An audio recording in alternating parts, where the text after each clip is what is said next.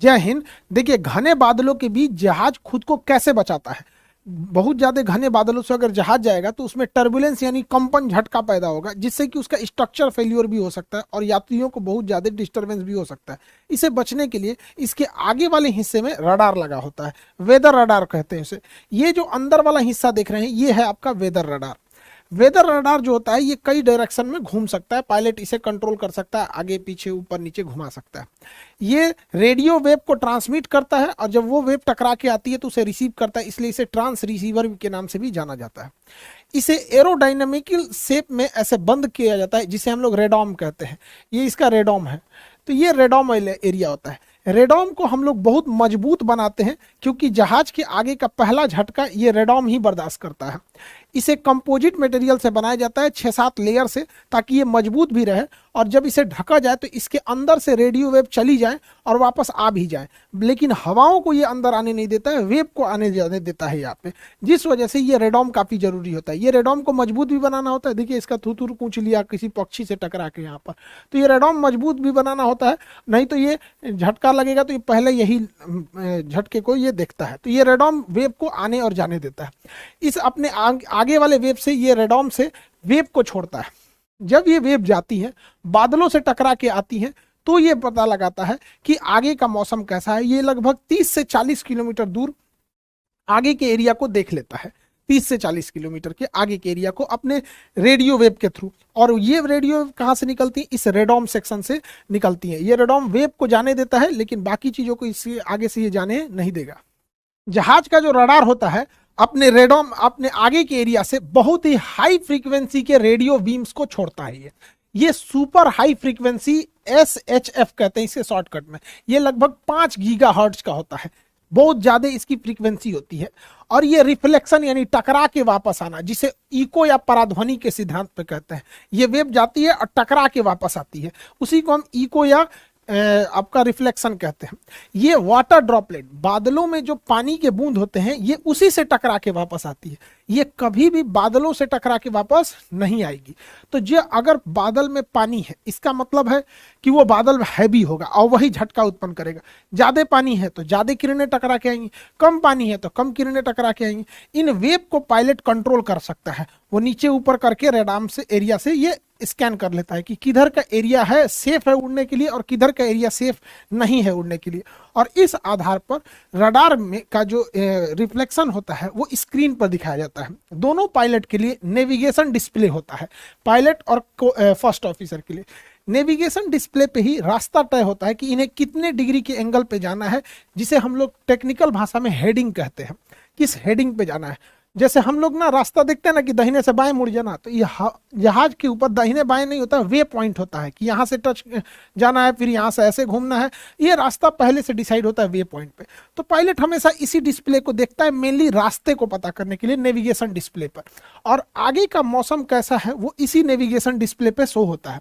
अगर ये navigation display काले रंग का है तो मतलब समझिए कि सामने कोई बादल वगैरह नहीं है, टेंशन फ्री जहाज उड़ेगा। और ऐसे टाइम पे जहाज इतना स्मूथ उड़ता है कि लगता ही नहीं है कि उड़ रहा है। कभी कभी तो डाउट होता है, रुक गया क्या ससुराई, एकदम स्मूथ, पानी रख दिए तो छलकेगा नहीं। लेकिन जैसे बादल आ जाता है तो बादल की स्थिति में, अब देखिए ये है आपका नेविगेशन डिस्प्ले, ये भाई साहब को जाना है यहाँ पर और इसके रास्ते में आ गए हैं बादल। काला वाला एरिया में तो कोई दिक्कत ही नहीं है, वहां से कोई रिफ्लेक्शन लौट के नहीं आया इसलिए काला दिख रहा है। लेकिन अब रास्ते में बादल है तो कम बादल, ज्यादा घने बादल जिसमें पानी ज्यादा है वो एकदम काला रंग का होगा। तो ऐसे बादलों से बचना जरूरी होता है। तो इसके लिए रडार के डिस्प्ले पे 4 कलर का शो किया जाता है।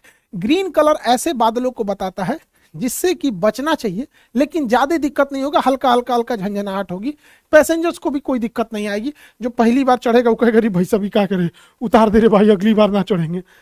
लेकिन येलो कलर वाला जो बादल होता है, पीले रंग वाला, ये खतरनाक होता है, ये हिला देता है जहाज को अच्छा खासा। लाल रंग वाला बादल को तो पायलट को कहा जाता है कि आपको अवॉइड ही करना है लाल रंग के बादल में, क्योंकि यहाँ पे जाने का मतलब है कि फंस जाएंगे लाल वाले बादल में। और मेजेंटा कलर जो होता है, यहाँ देखिए ये रहा मेजेंटा कलर, ये हल्का सा ये मेजेंटा कलर, मेजेंटा कलर का बादल से पायलट को सख्त निर्देश होता है कि आपको मेजेंटा कलर में नहीं जाना है अगर आप यमराज का दर्शन नहीं देखना चाहते हैं तो, वरना जाइएगा तो सीवियर टर्बुलेंस कर देगा, उसे बच के रखना जरूरी होता है। तो ये 4 कलर होते हैं। सबसे बेस्ट तो ब्लैक कलर है भैया, कोई बादल ही नहीं है। ग्रीन कलर है, छोटा मोटा है। येलो कलर में थोड़ा ज्यादा है। रेड कलर हिलाएगा बढ़िया से, पैसेंजर डर जाएंगे। और मेजेंटा कलर में कोई ठीक नहीं, उलाट पलाट देगा जहाज को, स्ट्रक्चर फेलियर का भी डर होता है, डहने उन्हें टूट जाएगा, बहुत ज्यादा सीवियर वो हो जाएगा, टर्बुलेंस हो जाएगा। जैसे इस जहाज को देखिए, इस जहाज को जाना है यहाँ से सीधे, अब इसको सीधे जाना है यहाँ पे, सामने देखिएगा यहाँ पे रेड कलर का एरिया आ गया है। अब ये क्या करेगा, रेड कलर वाले एरिया से यहाँ साइड हो जाएगा और फिर घूम के अपने रास्ते पे चला जाएगा यहाँ पे।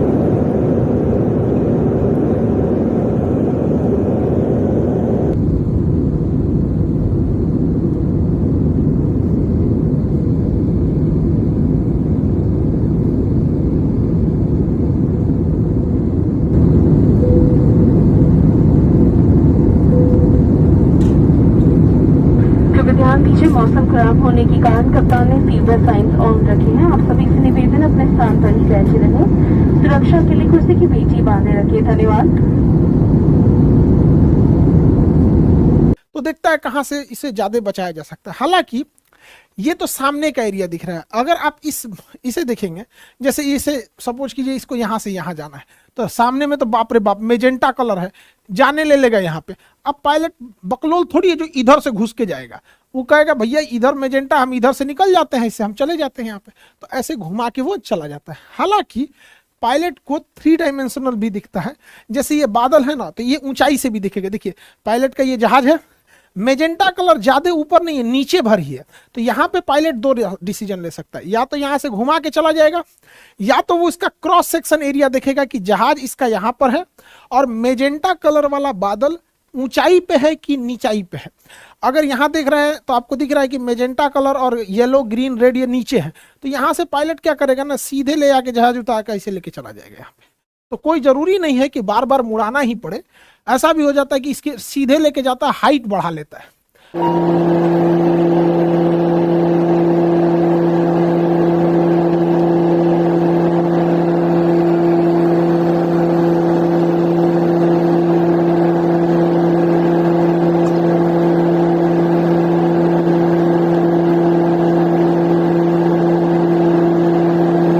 हाइट को क्या करेगा, बढ़ा लेगा, तो कुर्सी की पेटी का बांधने का साइन आ जाएगा और उधर एयर होस्टेस अनाउंस करेगी कि मौसम खराब होने के कारण कप्तान ने कुर्सी की पेटी बांधने का संकेत ऑन कर दिया है, ये वो।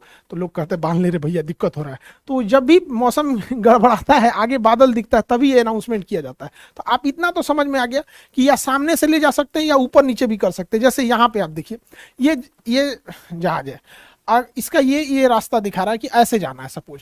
अब इसके रास्ते में एक रेड कलर वाला है, तो 2 रास्ते हैं इनके पास। अगर इधर जाना है तो यहाँ से ये ऐसे घूम सकते हैं, नहीं तो इसका देखेंगे कि बादल अगर इधर से जाना ना, हम इधर से जइबे करेंगे, तो हाइट देख लेते हैं।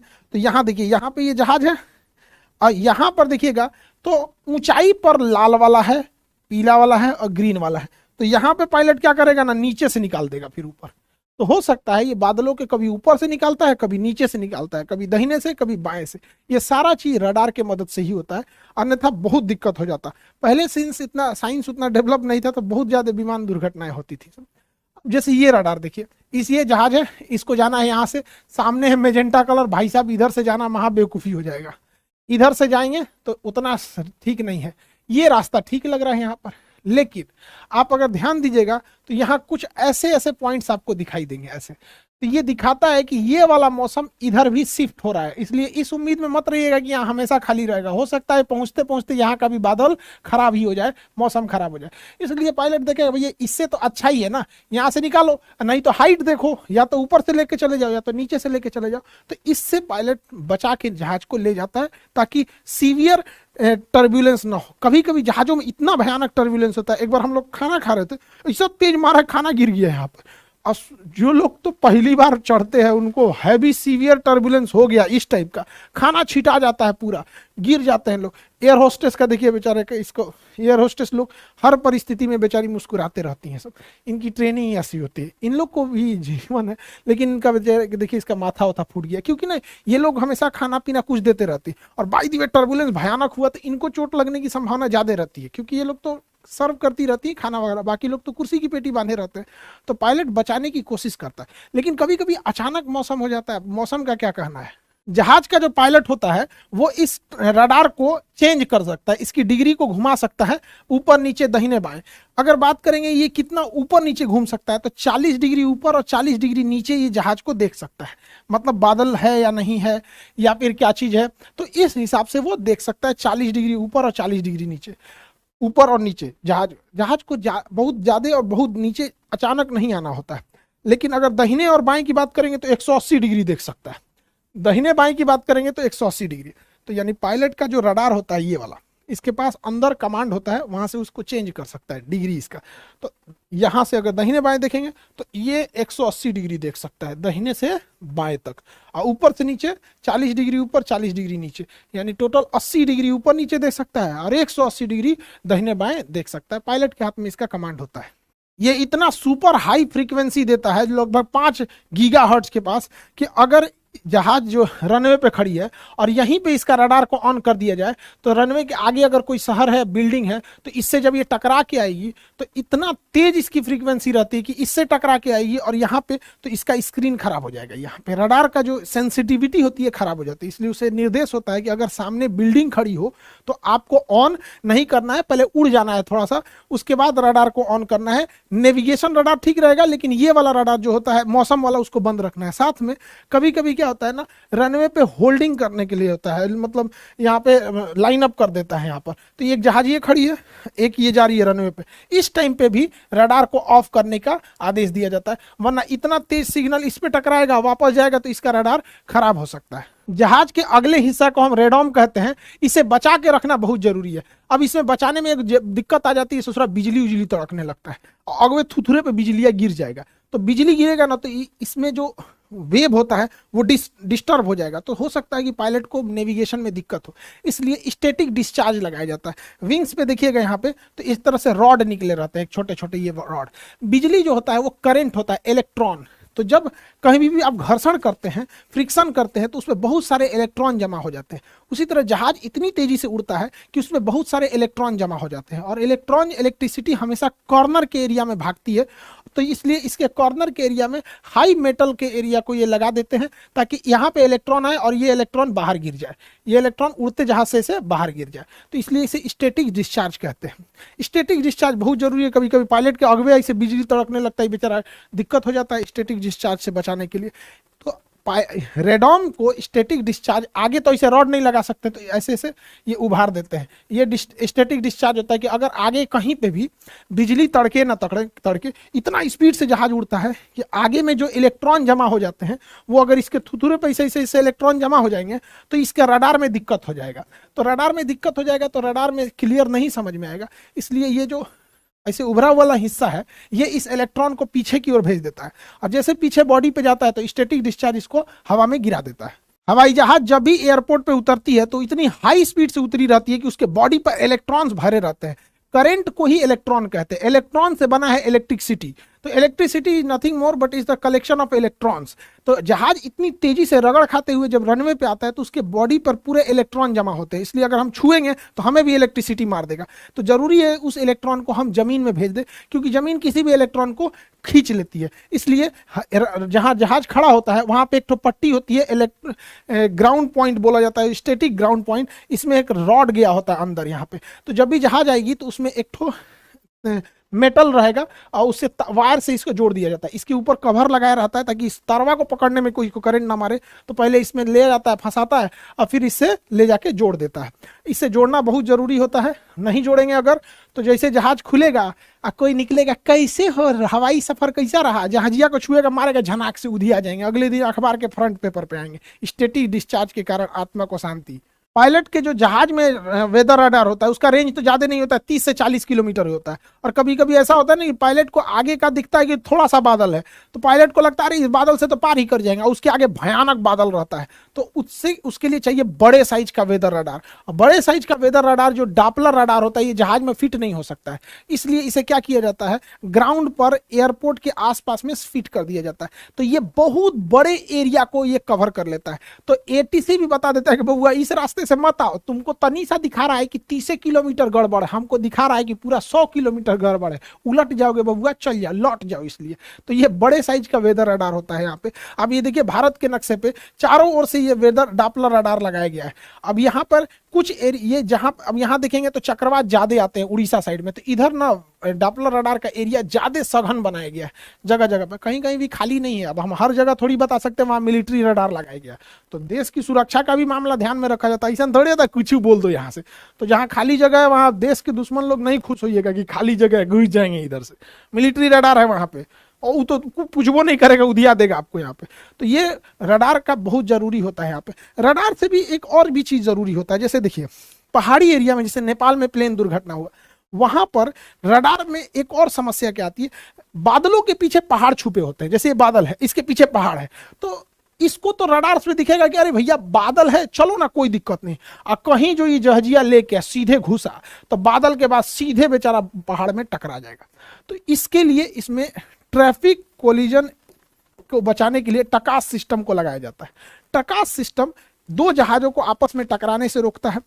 कोई जहाज के बगल से अगर कोई दूसरी जहाज आने वाली है या गुजरने वाली है तो उसको बता देता है, वो कितने हाइट पर से गुजरेगी, कितने नीचे से गुजरेगी, आगे कोई पहाड़ वगैरह तो नहीं है, ये बताने के लिए एक अलग टाइप का रडार होता है जिसे टकास कहते हैं।